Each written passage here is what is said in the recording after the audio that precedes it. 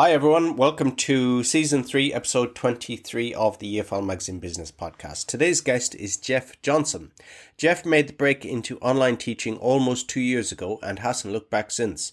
By using his experience in education and aptitude for strategic planning, Jeff has carved out a thriving business within 2 years by being focused, measured, patient and on message with his offering. Jeff has hired a teacher recently and is seeing his business continue to grow and expand its offerings. I hope you enjoyed the podcast.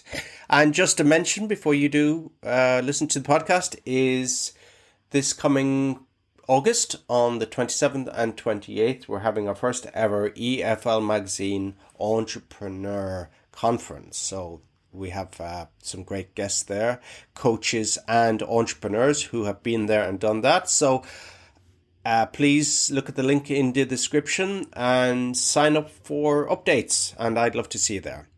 Enjoy the episode. Hey everyone, buckle up for a new episode of the EFL Magazine Business Podcast, the one and only podcast made to help you launch your business or take your existing business to a level of success you could never have imagined.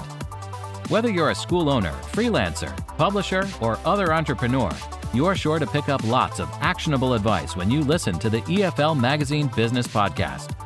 Remember to visit eflmagazine.com for great articles and features. Without further ado, here's your host, the founder of EFL Magazine, Philip Pound.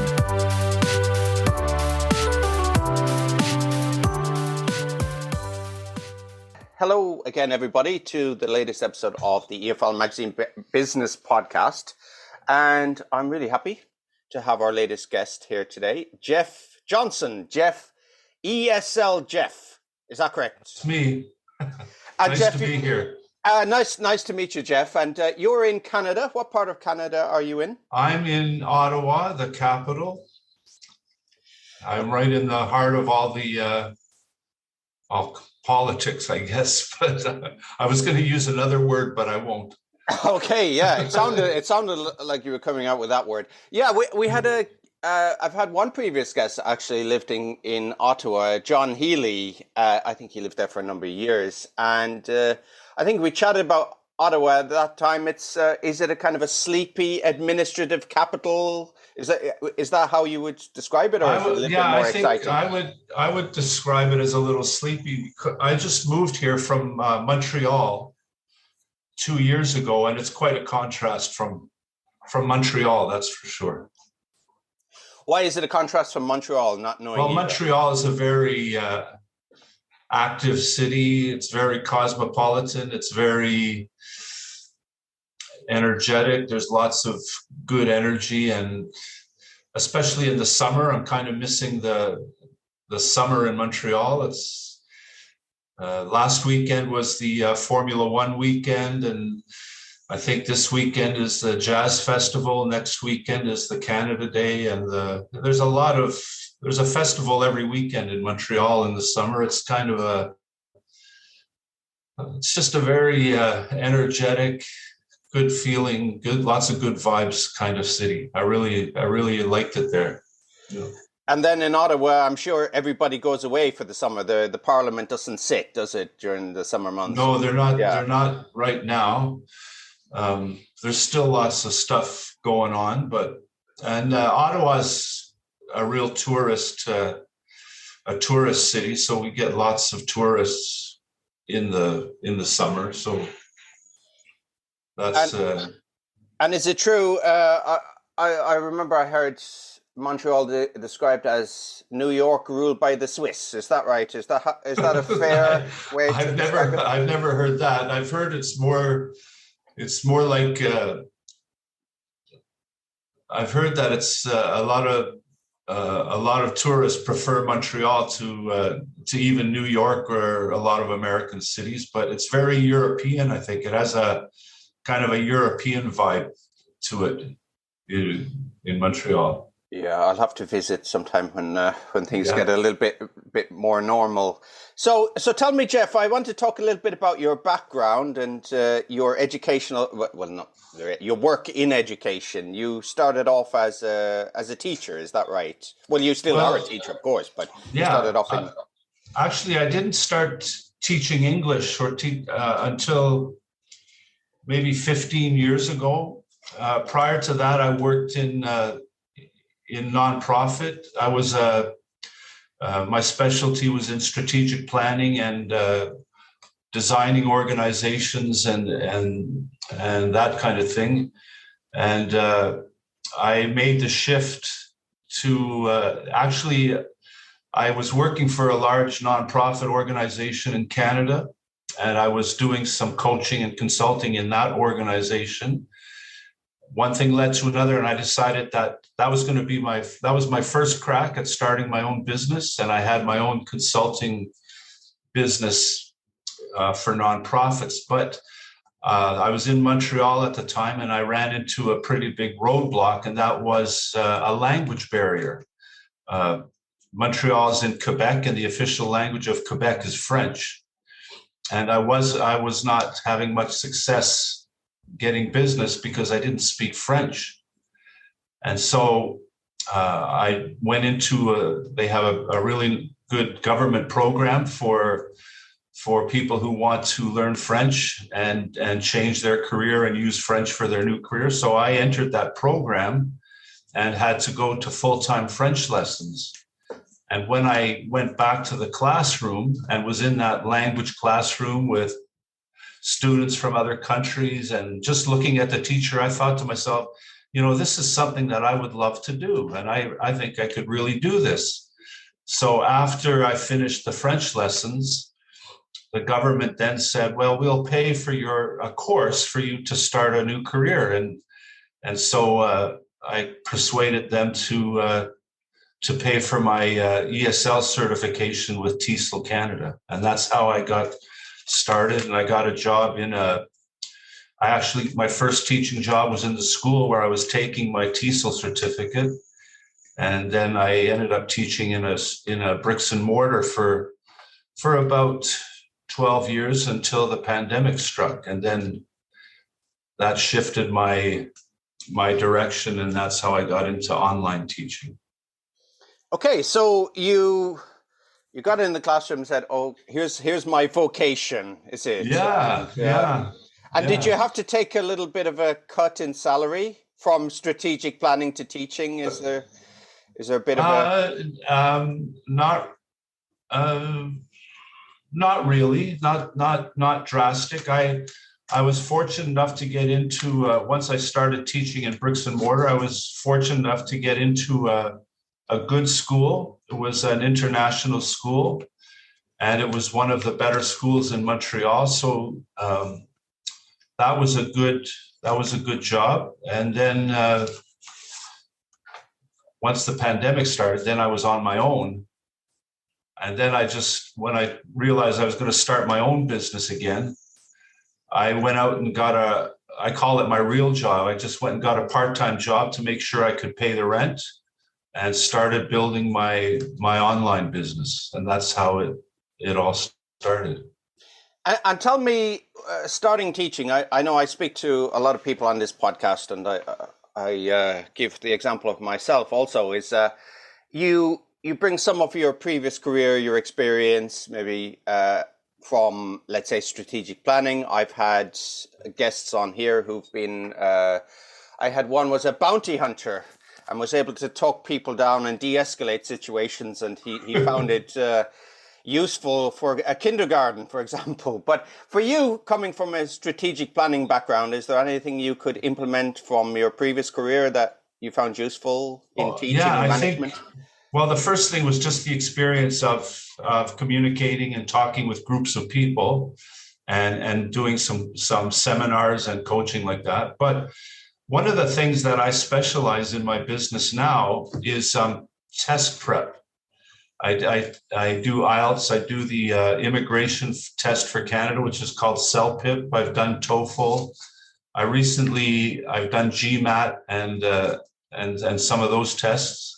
I even recently did the Egyptian Scholastic test. But I think what I carried over from strategic planning is being able to teach the strategy for these tests. And that's the part of teaching test prep that I enjoy the most, is really encouraging a good strategy for preparation, and then of course the test taking strategy. So being able to communicate that strategy is what I really enjoy about that aspect, for sure.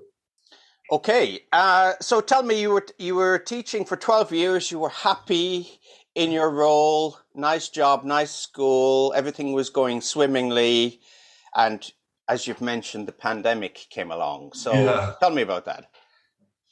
Well, like I just mentioned, I was teaching in an international school in Montreal, but all the students came from abroad. There were no local students. And once the pandemic hit, as well as closing down the school, and unfortunately, that school was not at all prepared for online teaching or anything like that. All the students went home. And then when it was possible that the school might open up, the travel restrictions still weren't lifted. So none of the students could come back to the school. And unfortunately, the school ended up going bankrupt. And I had been sitting around for a few months waiting for the school to start up again. And when I realized it wasn't going to, that's when I decided I had to come up with a new plan. And that's when I decided to start teaching online. So that's basically, I knew I wasn't going to get into a school anytime soon. And I wanted to keep teaching. So I decided to make the shift to online. One of the best things I've ever done, by the way. I'm really enjoying it. We'll get on to that in just one second. I just want to talk about the EFL sector in Canada. A guest a couple of weeks back, Jane Danchester, and she works with English UK, and she said that 17% of EFL schools in the UK have shut their doors after the pandemic. Is it a similar situation in Canada? Well, has it been hit hard? I'm not sure how many schools. I know that schools had to shut their doors at least temporarily. I think some are opening up now. The ones that survived, I think the ones that survived came up with a quick plan to go online. And my school didn't have that plan. So my school did finish permanently, but I've noticed that there are more job openings now for teaching in a school. I've noticed more ads and openings for teachers now. I don't plan to go back to that now that I've got my business established, but sometimes it's tempting. It would be a little bit easier, but I think I'm going to stick with what I'm doing now, but they are opening up now. I've noticed that. Yeah. Okay, so let's hope things are rebounding everywhere. Yeah, I think they are. I think they are coming back. Yeah.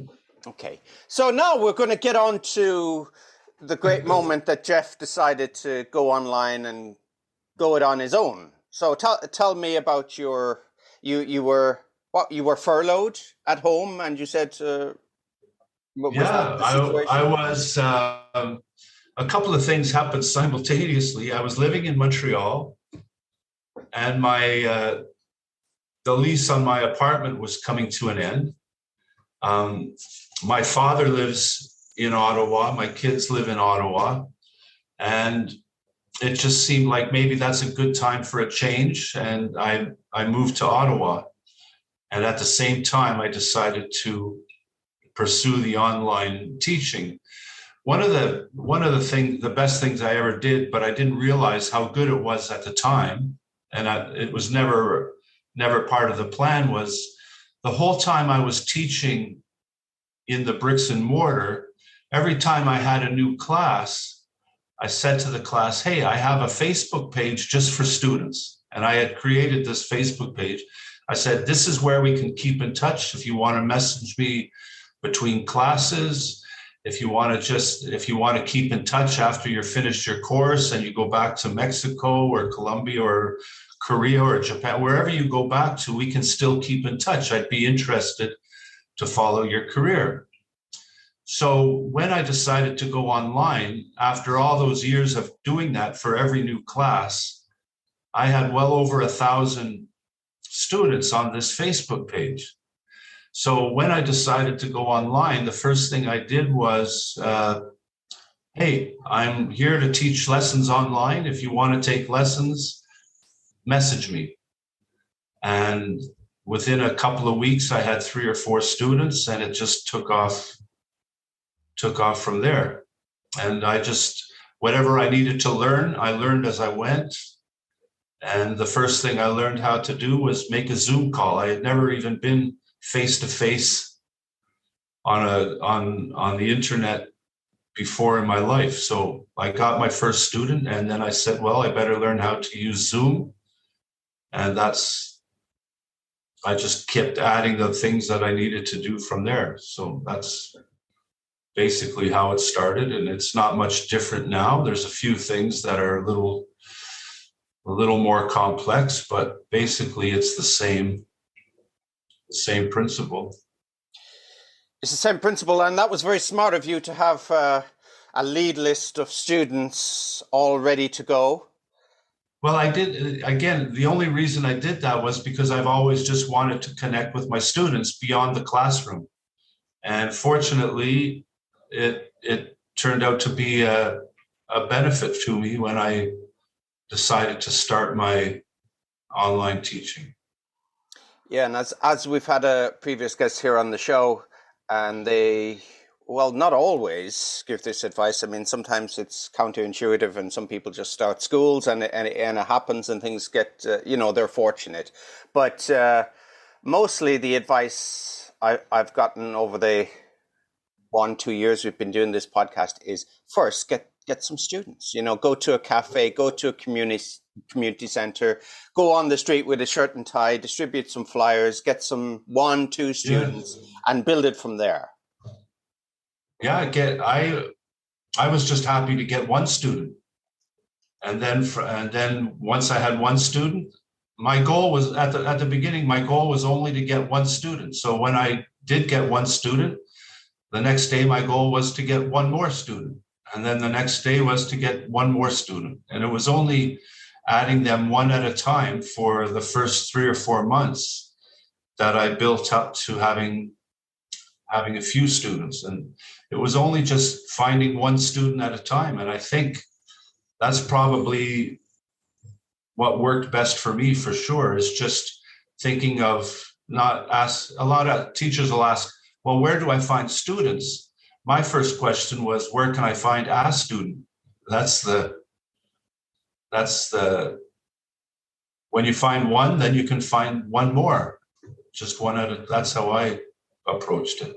It's like the old story of the billionaire, isn't it? He has the $1 framed in his office, isn't it? This is the first dollar I ever made. Yeah. It's that kind of mindset, isn't it? It's like one student. Don't think about 10,000 or 100. It's like, okay, get one and then get another one. And the interesting thing is, I'm almost up to into this for 2 years now. I still have my first student. I've had one student. She's been with me for almost 2 years now.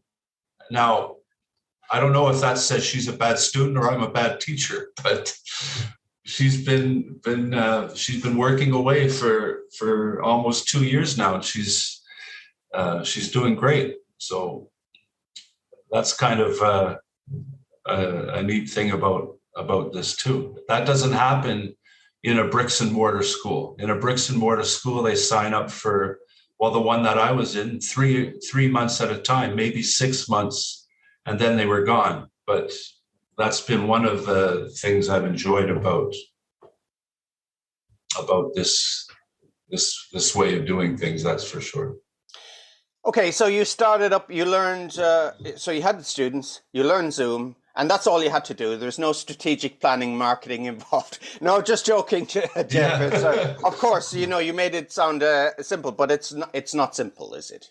Well, when I decided to start, I made a 5-year plan. I sketched out a 5-year strategy, and I wanted to be in certain places after 1 year, after 2 years.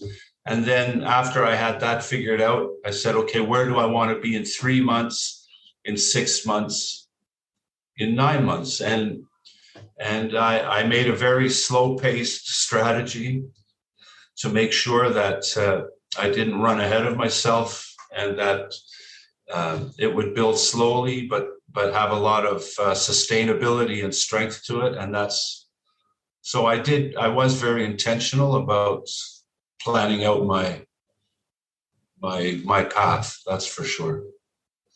So this is often a problem for entrepreneurs, isn't it? It is to be distracted by other things, be impatient. So, but you were slow and steady wins the race. Yeah, that's what Leah calls me, the turtle.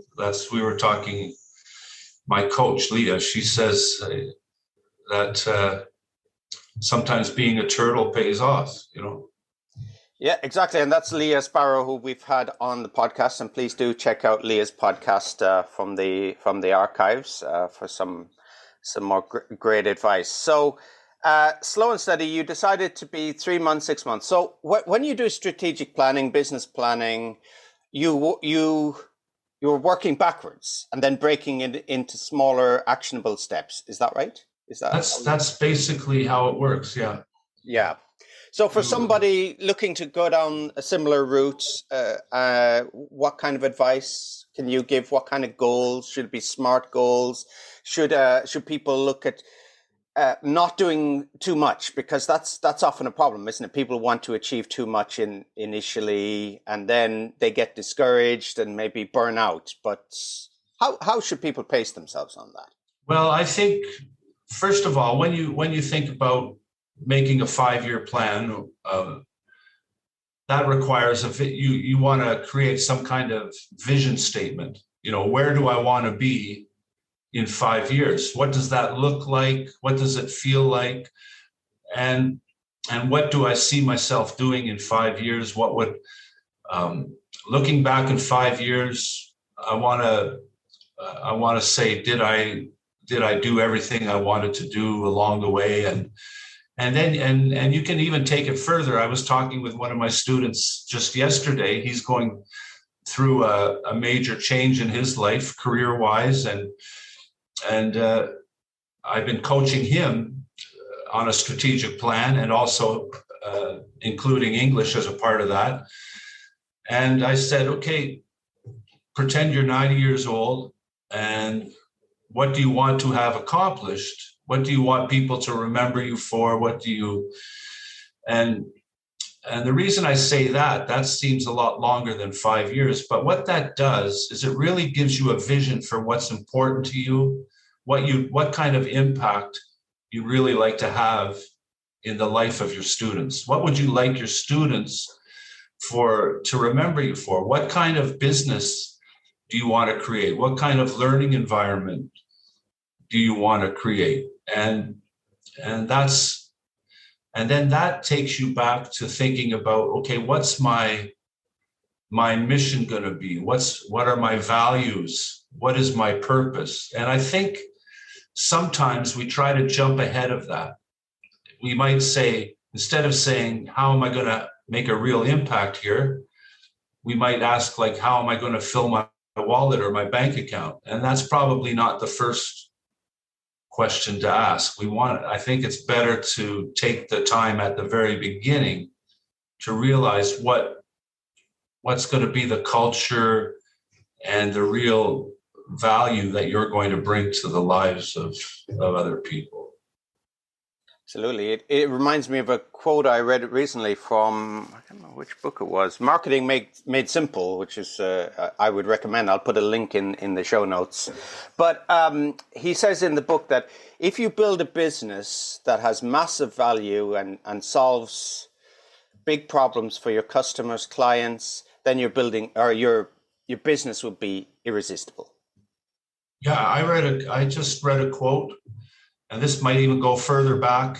This goes back at least 40 years. One of the first management books I ever read by Peter Drucker. Have you heard of Peter Drucker? Sure. Yeah. Everybody, if you live in Japan and you teach business people, it's results-based management. Yeah, that's the standard for results-based management. But I even wrote the quote down so I could read it to you. if just in case you ask me this, he said the aim of marketing is to know and understand the customer so well, the product or service fits him and sells itself. You really want to focus on the person that you want to serve and fit whatever you're going to do, your service or your product, to that person. And I think if you do that, that's the key to, and not for your own benefit, but for the benefit of that person, those people that you want to serve. That becomes your mission. And that's, I think, having that strong sense of mission is the key to marketing. That seems to be, do you have an expression that the proof is in the pudding? I think that's what I've been finding. If I focus on that seems to help me. It helps me stay motivated. It helps me keep moving forward day by day. And it's that helps me be a good turtle. That's why I like it. Keep plodding away. But yeah. This is something we've spoken about before on the podcast, about, customer avatar. Who's your ideal customer? And I think I've made this mistake, and a number of people have, is we think we do research, but we make assumptions about customers and say, well, maybe the customer would like this, and the customer. In a lot of management books, they say, okay, you've got to think, where does your customer shop? What are his or her worries? Is it kids? Is it mortgage? So you try to build up a picture of the everyday concerns of the customer. But actually, I think one mistake I've made, or something I've overlooked, and people I've spoken to as well in mastermind groups, is we don't actually talk to the customer.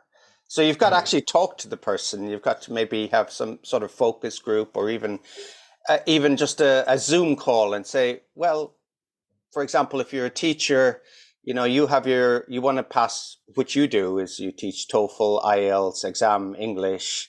You want to pass the exam. What are your concerns about the exam? Moving to Canada, US, whatever. And then you kind of get more of a picture of this person and how you can help them. You said something interesting. A typical marketer wants to find out where they shop, what they buy. I would prefer to find out where they don't shop and why they don't shop there and what they don't buy, because that's where you're going to find the gap and the need that you can fulfill. Because there are millions of people, like, for example, IELTS, at least 5 million people take the IELTS exam every day. At least half of them don't get the score they need on the first try. So they're disappointed with wherever they shopped or whatever they tried before. So that's where you go and you step in the gap and you fill that. If you can fill that gap, find a need and fill it, that will bring you students who are looking for you. And I think that's a real, find out where they've been disappointed, where they're not shopping, and that's probably where you want to set up your shop, maybe, for lack of a better way of putting it. Oh, a great way of putting it, and great advice as well. It reminds me of the story of the World War II bomber, isn't it? The shot patterns, or the bullet holes, the flak holes in the plane, wasn't it? And the engineers were completely looking in the wrong place. It wasn't where they missed, but actually where they hit on the plane, which was the problem, isn't it? Yeah.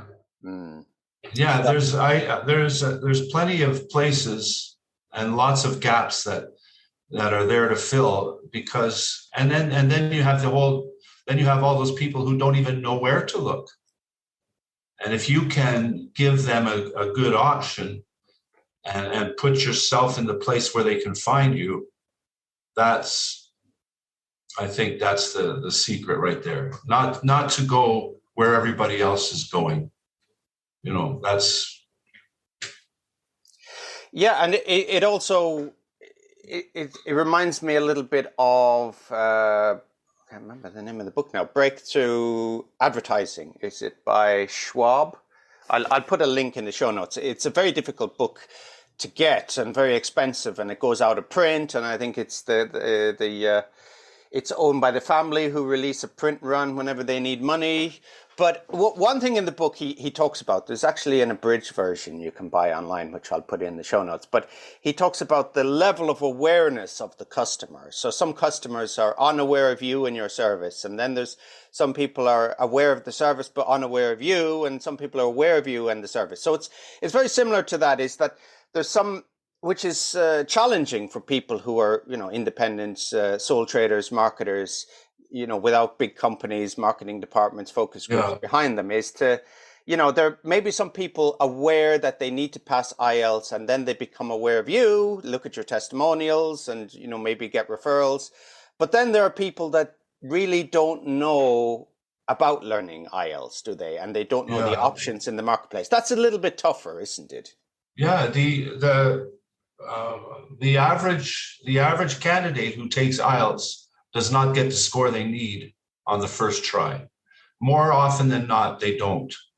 And then they don't know what happened, or they don't know what went wrong. How can they improve? And that's what I kind of lean towards, looking for the people who need to find a new way of doing things. And so that's where I look for different places to let people know what's available and what they can do. And I think that's what's helped me.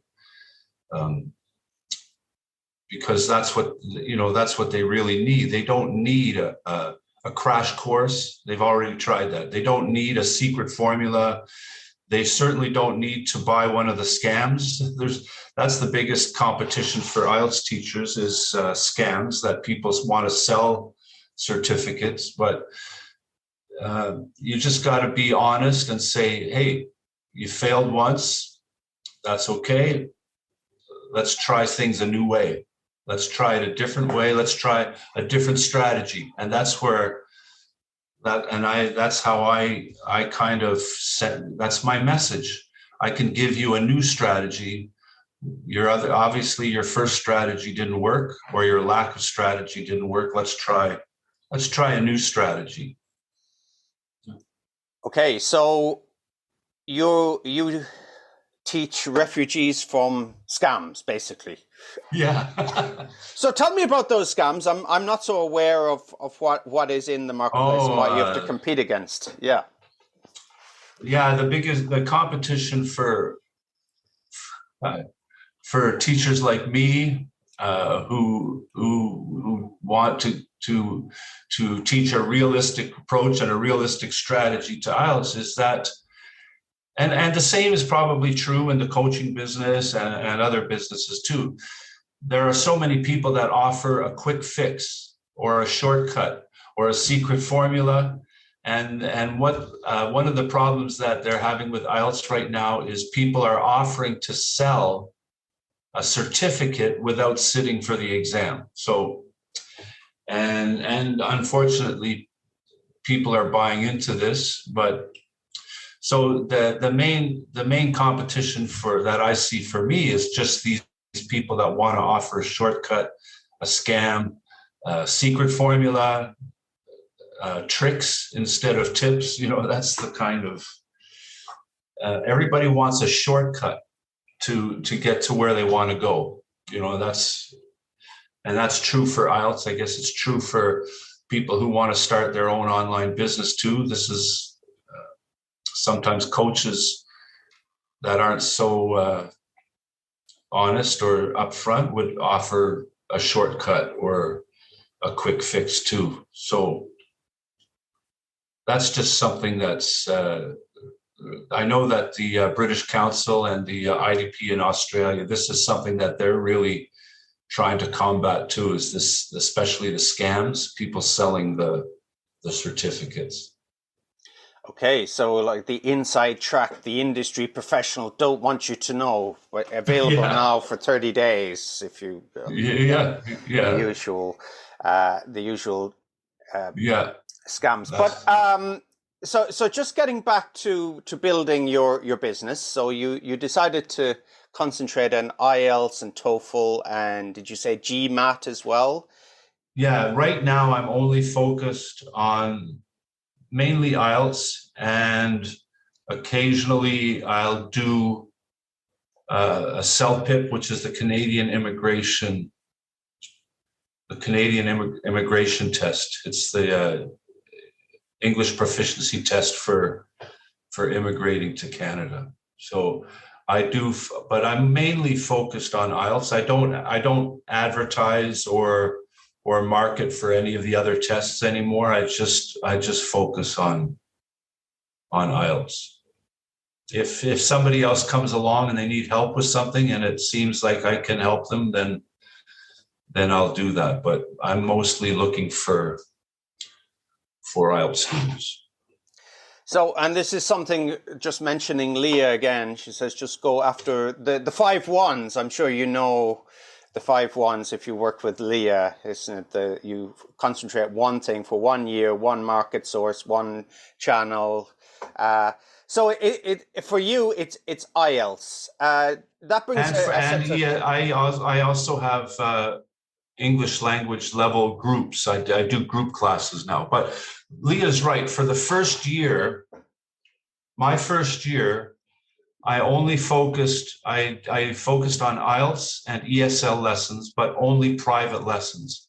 I only offered private lessons for either IELTS or ESL. And then my second year, the beginning of the second year, back in January, I had run a challenge for I ran a challenge for IELTS to get more to sell group lessons for IELTS, and that was a failure. It didn't work. I didn't sell anything after that challenge.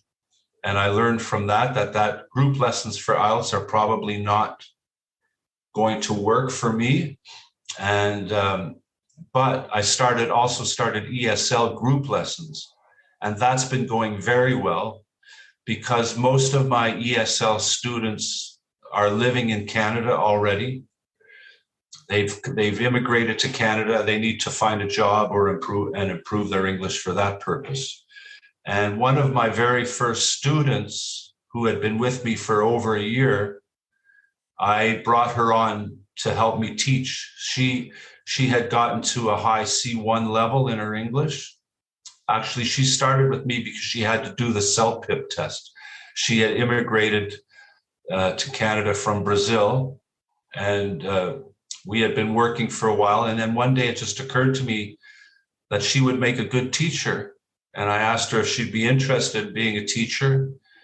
And she said yes. And I've been coaching her, and she's been teaching. She teaches 2 group classes for me now, and she's doing really great.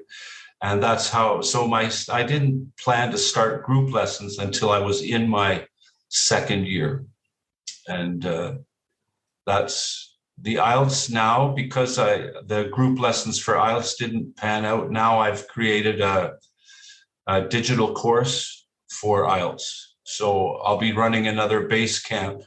I call it the IELTS Base Camp. It's a 12-day challenge.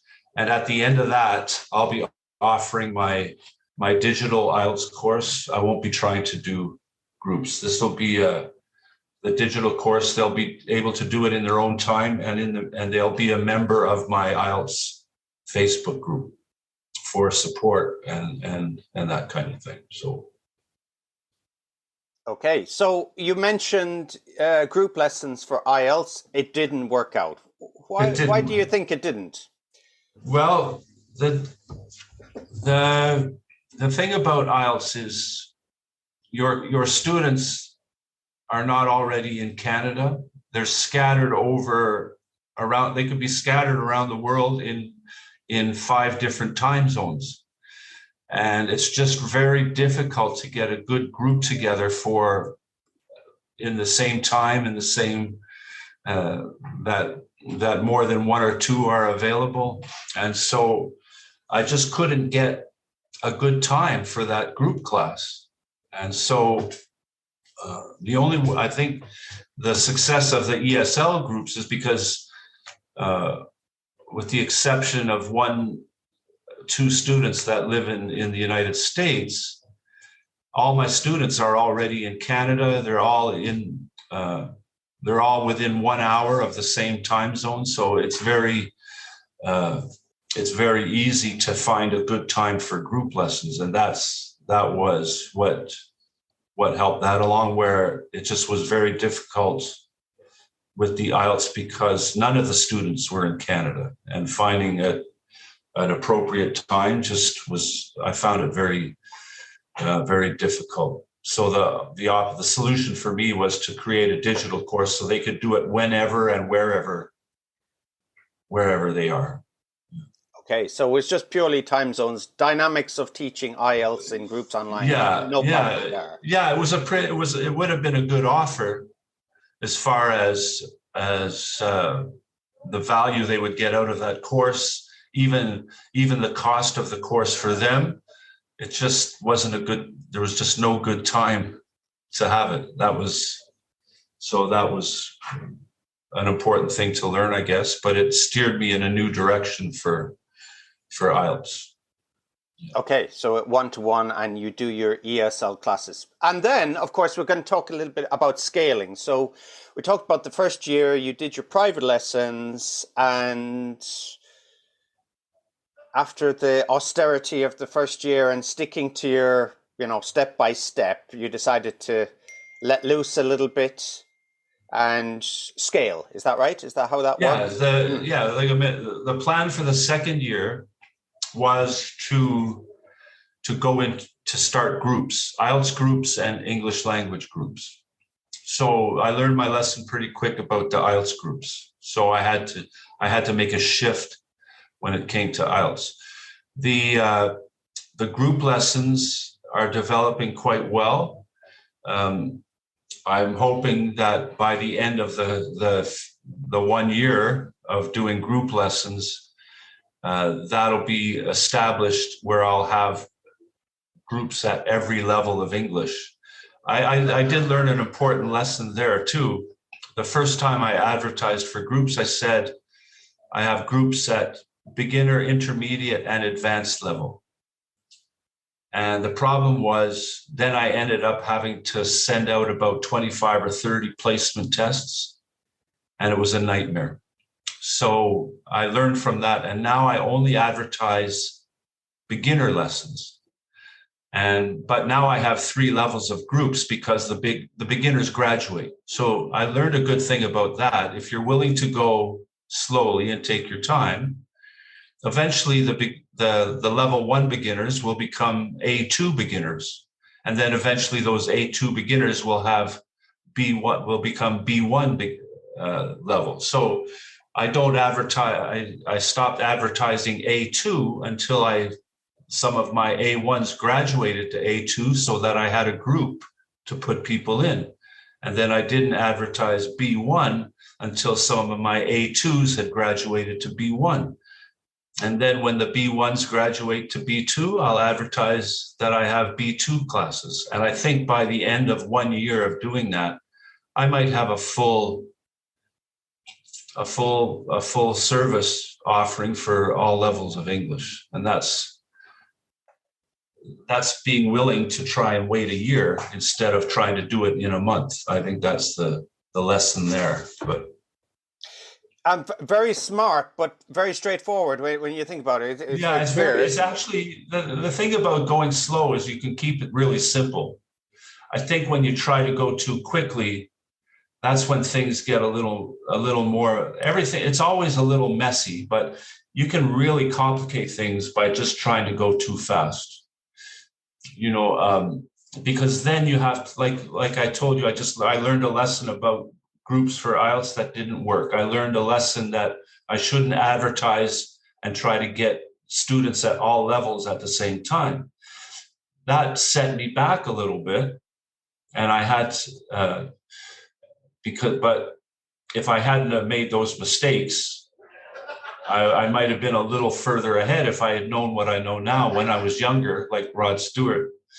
But it's just, if you take your time, don't be afraid to learn from your mistakes. That's part of the good thing to go slow too. You won't make as big a mistake maybe if you're willing to go a little slower, but just be willing to take the setbacks and just make the shift you need to make and keep going forward.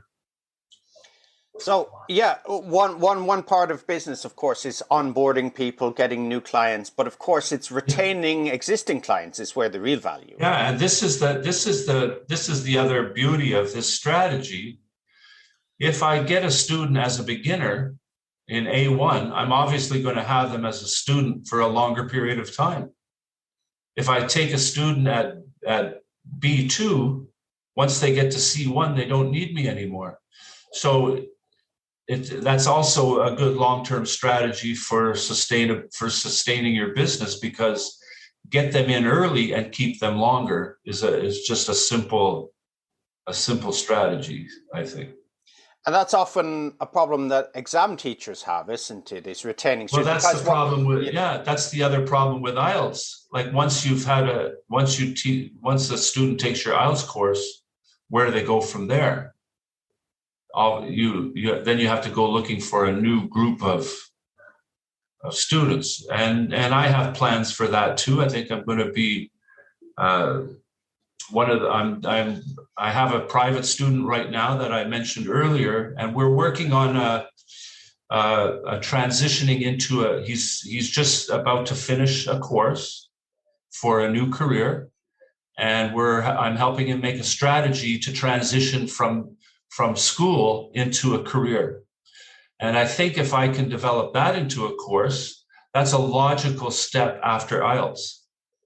You immigrate to a new country, you finished your university, how do you transition into a career? And I think that's going to be my next course. So and this is the other good reason to have a long-term plan and to start with one student at a time. I'm field testing this new course and developing it with this one student.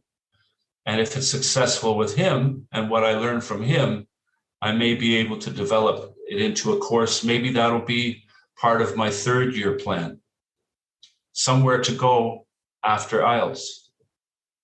Exactly. And continue to serve these IELTS students, yeah. Yeah, exactly. And what I've from speaking to people on podcasts and working on conferences is that IELTS students, TOEFL students, if their objective is to enter university, for example, sometimes they're not so up to speed on academic writing and listening, even though they passed these exams. Exactly, yeah. And then once they finish university, they want to start a career, and there are lots of things that you can help them with once they've passed that IELTS exam. That's for sure. And just looking at your website, Jeff, I mean, there's not so many bells and whistles. It's just a picture of you, what you do, maybe a few testimonials, and that's what works. Yeah, and that's what you see on the surface. That website also has landing pages for example, when I do my 12-day challenge. I have a landing page for that, and that's a landing page that builds my email list. So, but you can't access that just from any page on my website. You can only access it from if I put a post or an ad about that challenge. The link is specifically to that landing page. I also have a lead magnet for my ESL classes to build an email list for ESL. That's also has a landing page in that website, and that website is with Paul Salloway with Babel Tech. The beauty of that is that Paul has also really helped me with building my email list, so that I have those. Now I have an email list of about 400 clients, and I stay in touch with them regularly. Some of them are ready for IELTS and some are not. but I just keep in touch. But that website is also contains landing pages for my lead magnets to build my email list. But you wouldn't see those if you just go to the website. They're in there, but they're kind of hidden away for special occasions. Absolutely, and because I'm not your customer, that's why I didn't click on any of these things. And this is something we talked about on a mastermind session the other night. Is there's one thing is the customer, the student choosing the teacher and the right course for him or her, but also it's about the teacher choosing the right student, isn't it? You pre-qualify your students who you want to work with. Yeah, to a certain degree. When I first started, when I was looking for my very first student 2 years ago, my niche was, if you're warm and breathing and you want to learn English, I'm here for you. But I kind of refined it a little since then. I wouldn't say that my goal is not to turn anybody away, but it is. You can be a little bit more discriminating in the good sense, because you don't want to take a student that you're not going to help. It's not fair to the student, and it's not fair to you either. And that's another lesson I learned along the way. One of my students asked if I could teach their daughter and tutor their daughter in English, who was 9 years old. And to be honest, it was a disaster. It was not good for her, and it was not good for me. And fortunately, it ended well, because they had to move. So that ended well for me, because I didn't have to continue, but I also didn't have to tell her father I couldn't teach her anymore. And that was so it kind of was a fortunate way to end. But I learned that I'm not cut out for 9-year-olds. I need to stick with the adults. So that's one thing I learned along the way. Another, I wouldn't call it a mistake. It's just a learning experience. And I think when it comes to niche, maybe that's during your first year, by doing one student at a time, you can kind of decide, well, what kind of students do I like working with? And what kind of students do I not do very well at helping? And then you can kind of lean towards the ones you can help the best. And I think that's just part of the process. And again, I keep saying it, but it's just another good reason for going slow. Yeah.